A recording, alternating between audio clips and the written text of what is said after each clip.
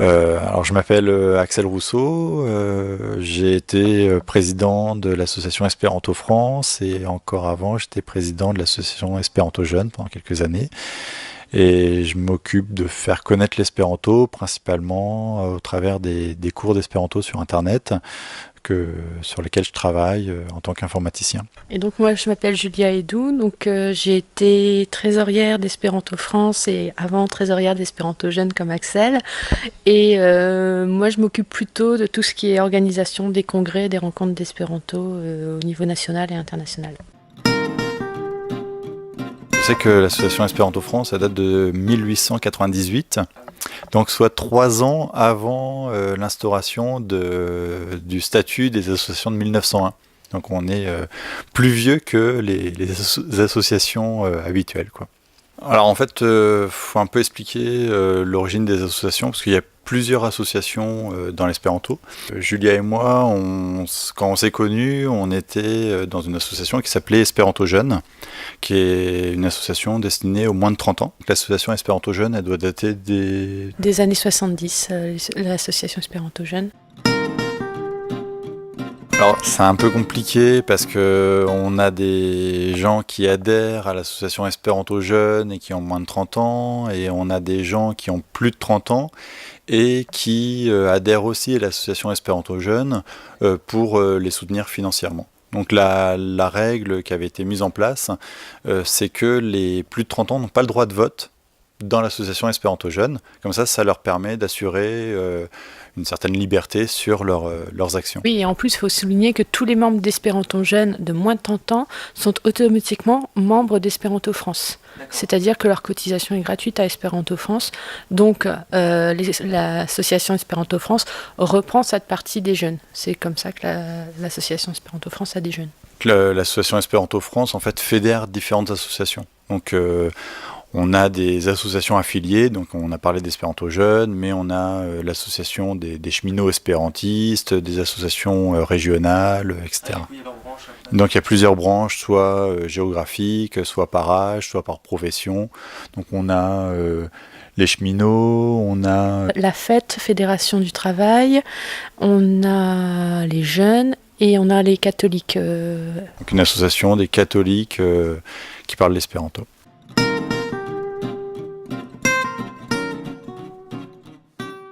En fait, c'est assez compliqué parce que ça dépend beaucoup de certaines personnes moteurs. Moi, quand je suis arrivé dans l'association Espéranto Jeunes, il y a pas loin d'une vingtaine d'années, il y avait des gens qui portaient l'association, qui organisaient des week-ends à thème pour pouvoir se retrouver et parler en espéranto, et qui m'expliquaient qu'ils avaient redémarré l'association dans les années 90, alors que en fait elle avait quasiment disparu parce qu'il y avait personne quelques années avant pour s'en occuper. Donc en fait l'activité de l'association dépend principalement des personnes, des bénévoles qui sont là pour porter tel ou tel projet.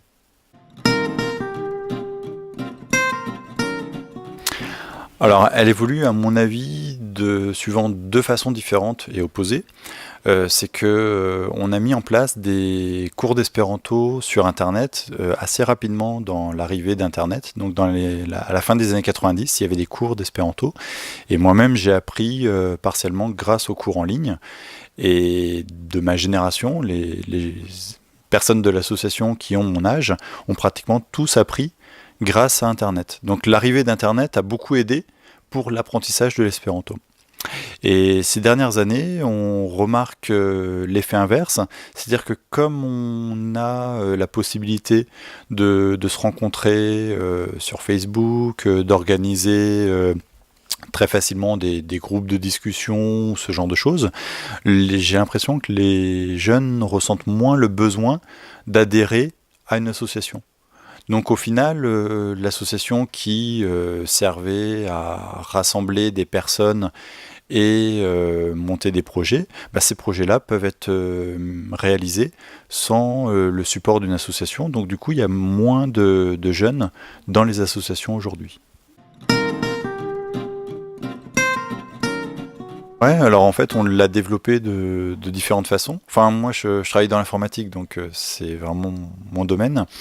Et on l'a développé effectivement pour nos sites internet, pour enseigner l'espéranto. En fait, avant, on avait des systèmes de cours par correspondance qui coûtaient cher parce qu'il fallait envoyer le matériel, récupérer les réponses, et donc les échanges étaient coûteux. Aujourd'hui, les cours en ligne par internet sont gratuits parce que c'est des bénévoles qui donnent de leur temps, et on n'a pas besoin de payer l'envoi de messages, alors qu'avant, par la poste, il y avait besoin de mettre des timbres. Donc là, aujourd'hui, on peut avoir des cours gratuits grâce à Internet. Puis on a aussi des outils qu'on utilise en interne et qui ont considérablement changé les choses, notamment au niveau de l'administration de l'association. On a des bases de données en ligne qui permettent de gérer à distance les membres, de connaître les coordonnées d'une personne sans que ça soit physiquement un endroit donné. L'association existe depuis très longtemps, comme je le disais tout à l'heure, et de temps en temps on discute avec des personnes âgées qui nous parlaient de comment ils géraient l'association quand ils avaient notre âge, donc il y a une 50aine d'années, et qui nous disaient qu'ils tapaient les comptes rendus de réunion sur une machine à écrire dans le train.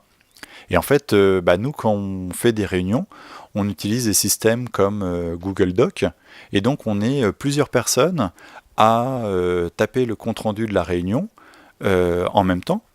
Et donc ça va beaucoup plus vite que ton petit camarade là qui est en train de peiner pour prendre des notes sur ce qu'on est en train de dire, parce que il y a une personne qui va écrire quelques notes, une autre personne qui va compléter. S'il y a quelqu'un qui a envoyé des messages par Internet, on peut faire des copier-coller dans le compte-rendu. Et en fait, on a des réunions qui vont durer toute la journée, de 10h le matin à 17h. Et à la fin de la journée, le compte-rendu, il est quasiment fini. On n'a plus besoin d'y retoucher, quoi. Et on peut l'envoyer aux 30 personnes qui étaient présentes à la réunion, sans avoir besoin de retaper sur une machine à écrire dans le train, comme on le faisait il y a 50 ans. Et on a également aussi, comme on habite tous assez loin en France les uns des autres, et on ne peut pas toujours se réunir physiquement, parce que ça coûte de l'argent, les voyages en train, etc. Tous les mois, l'association fait des réunions par Internet. C'est-à-dire qu'on est... grâce aussi, on fait des hangouts Google, on est une dizaine de personnes à discuter ensemble et avoir en même temps le même compte rendu. Tout ça se fait uniquement grâce au numérique. Et c'est pareil, ça permet d'avoir des liens plus forts au sein de l'association, de se voir, de se contacter beaucoup plus souvent que ce qui pouvait être fait à l'avant, où les réunions, on n'en faisait que 3-4 par an parce que ça coûtait beaucoup d'argent de se réunir. Donc là, on en fait toujours 3-4 par an physique, plus tous les mois, on en a une par Internet qui ne coûte rien. Tous les mois, c'est le bureau de l'association qui se réunit. Donc on a le bureau qui est un sous-ensemble du conseil d'administration qui se réunit 3-4 fois par an. Et il me semble, j'ai pas connu cette époque-là, mais il me semble qu'avant, le bureau se réunissait quand même tous les mois. Mais comme il fallait se déplacer à Paris une fois par mois, au final, dans le bureau, il n'y avait que des personnes qui étaient à la retraite.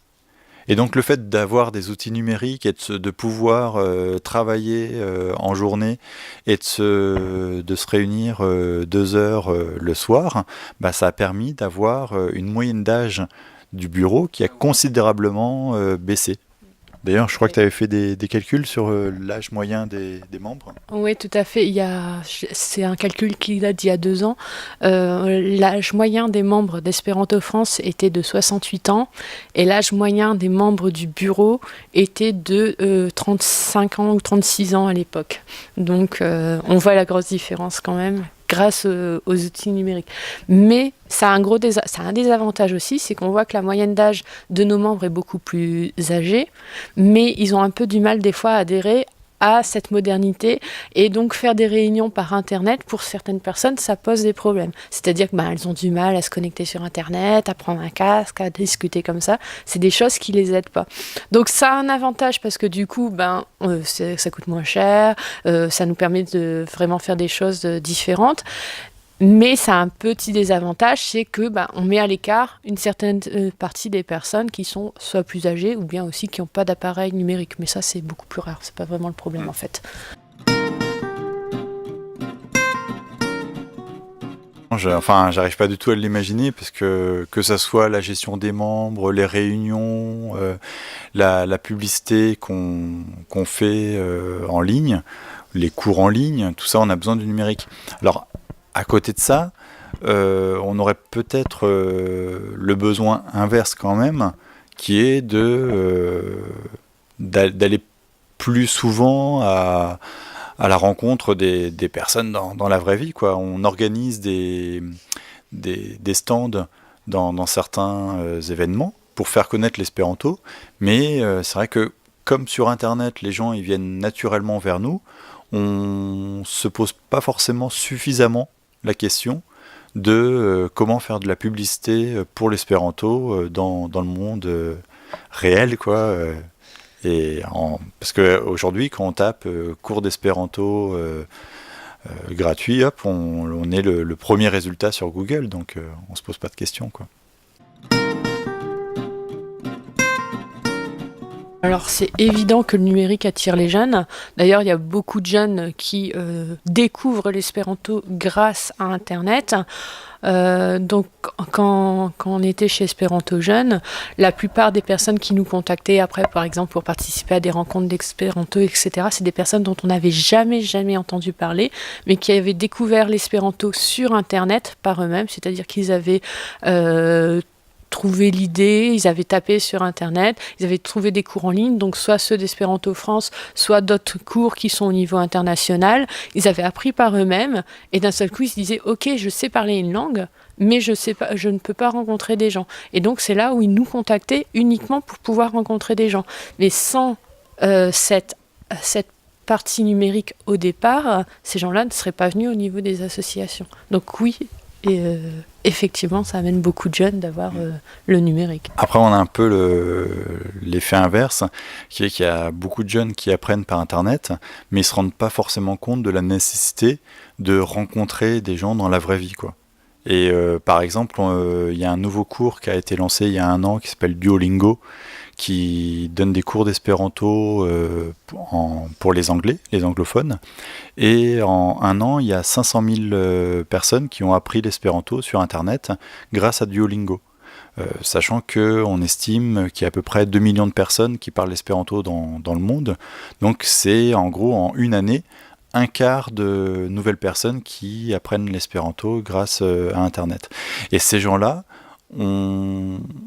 depuis qu'il y a ce cours qui a été lancé, on ne remarque pas forcément une augmentation du nombre de membres dans les associations, parce que ils apprennent par Internet, et pour eux, l'espéranto, c'est un truc d'Internet. Donc ils l'utilisent sur Internet, ils ont appris grâce à Internet, mais ils n'ont pas forcément envie ou le besoin de participer à des congrès qui vont avoir lieu à un endroit précis, ils n'ont pas forcément envie d'acheter des livres papier ou de la musique sur CD en espéranto, parce que ils pensent que l'espéranto c'est un truc d'internet, donc ils ne font que des choses via l'ordinateur. Du coup, ça crée une sorte de langue virtuelle finalement.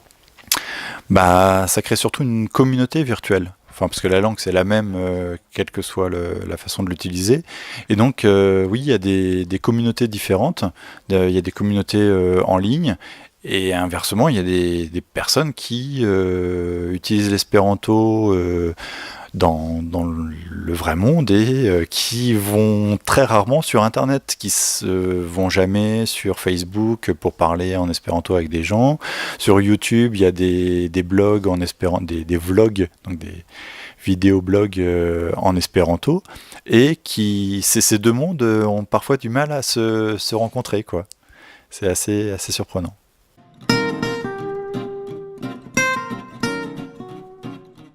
On a énormément, en fait, on a nous-mêmes développé certains outils.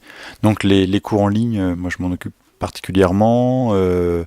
Donc on a développé des cours où on a intégré des vidéos sur YouTube. Donc on a demandé à des gens de se présenter, une Australienne, une Polonaise, un Français, un Brésilien et une Vietnamienne, de se présenter en espéranto, et on a mis un petit QCM, donc ça fait partie des cours, et du coup c'est des outils qu'on utilise. Donc nous, moi je fais de la programmation pour les cours internet. Après, on a un copain qui s'est occupé de la partie qui permet de gérer les membres. Donc pareil, il travaille régulièrement là-dessus. Ça, c'est vraiment des outils internes. Et après, on utilise des outils grand public. Donc pour l'association, on utilise principalement les outils de Google. Donc je parlais de Google Doc tout à l'heure. Le Hangout aussi, qu'on utilise énormément pour discuter en ligne.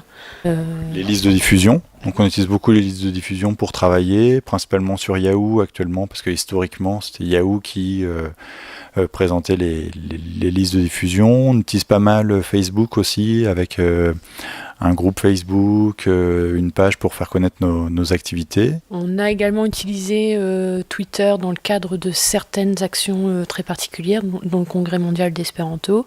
Mais là, on n'en a pas pour Espéranto France, Twitter, je crois pas. Mais c'est des outils qu'on utilise vraiment tous les jours. Moi, je pense que c'est pour la communication à l'extérieur. En fait, c'est pas nous qui nous occupons. On a une personne qui est chargée des relations avec les médias. Et historiquement, il s'occupait beaucoup de relations avec les journalistes et maintenant il s'occupe beaucoup de relations avec les réseaux sociaux. Donc en fait, oui, on a un Twitter et on a un système qui permet d'envoyer les mêmes messages sur Twitter, Facebook. Donc on diffuse on a un compte Google+. Donc on diffuse les mêmes messages sur les différents réseaux sociaux pour faire connaître les rencontres, les publications, etc.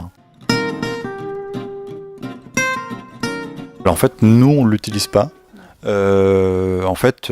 Historiquement, on a souvent fait des appels aux dons pour des projets particuliers, donc on n'avait pas besoin parce qu'on faisait des appels aux dons spécifiquement auprès de nos membres.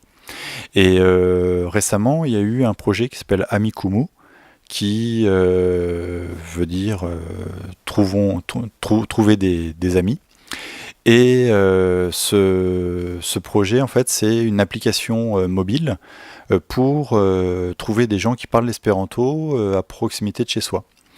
Et ils ont fait une campagne sur Kickstarter qui s'est terminée il y a un mois à peu près. Et ils cherchaient à rassembler 8 000 €, ils en ont eu 24 000 à peu près. Donc ils ont réussi leur pari. Et en fait, eux, ils ont fait des appels aux dons au niveau international.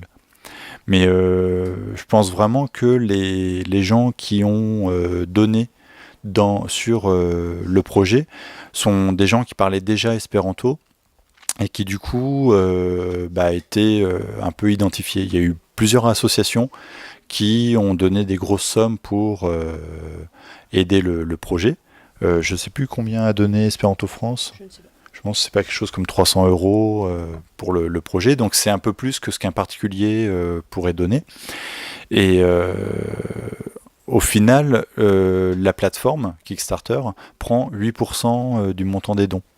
Donc bon, eux ils l'ont fait parce que c'était leur truc, mais moi si j'avais été à leur place, je suis pas certain que ça aurait été un bon calcul d'utiliser une plateforme officielle, puisqu'en fait les plateformes officielles ça sert surtout à toucher des gens qui connaissent pas trop l'association ou le projet, alors qu'au final quand on fait un appel aux dons auprès des membres, il suffit de le diffuser dans la revue de l'association et ils peuvent soutenir le projet sans qu'il y ait un intermédiaire qui prenne ces fameux 8%.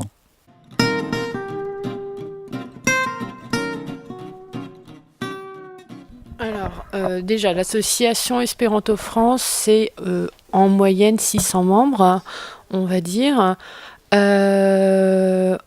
On a à peu près, je dirais, une vingtaine de nouveaux membres, donc des personnes qui n'ont jamais été inscrites à l'association chaque année. Je pense que c'est à peu près de cet ordre-là. Après, on a des départs ou des personnes qui ne s'inscrivent pas pour une année, mais qui reviennent l'année d'après, etc. Et là, j'avoue que je n'ai pas les chiffres en tête du tout. Alors, j'ai pas non plus les chiffres, mais en fait, le nombre de membres peut évoluer de manière assez fluctuante d'une année à l'autre, principalement si on met en place un nouveau système de cotisation ou si jamais on oublie de faire une relance de cotisation, on peut se retrouver avec une centaine de personnes en moins une année, puis qui reviennent l'année d'après si on pense à les recontacter. Donc c'est assez compliqué à évaluer. Après, comme on a beaucoup de personnes âgées, il y en a qui reviennent plus du tout parce que ils décèdent, mais bon, ça c'est pas notre faute. Après, pour les arrivées, ça dépend vraiment de qui on contacte. Si on va contacter les élèves des cours en ligne pour leur proposer d'adhérer, on peut avoir beaucoup plus que 20 nouveaux membres, je pense. Et également les années où on organise des gros événements, c'est-à-dire où on a l'année où on a eu le congrès mondial d'espéranto, on a eu aussi des adhésions supplémentaires de personnes qui venaient pour le congrès et qui n'étaient pas obligatoirement, connaissaient pas obligatoirement l'association Espéranto France, etc. Et donc là, ça motive les gens pour adhérer et donc ça fait des regains d'adhésion. Do gis revido. Do ni dankas vin kaj ĝis revido.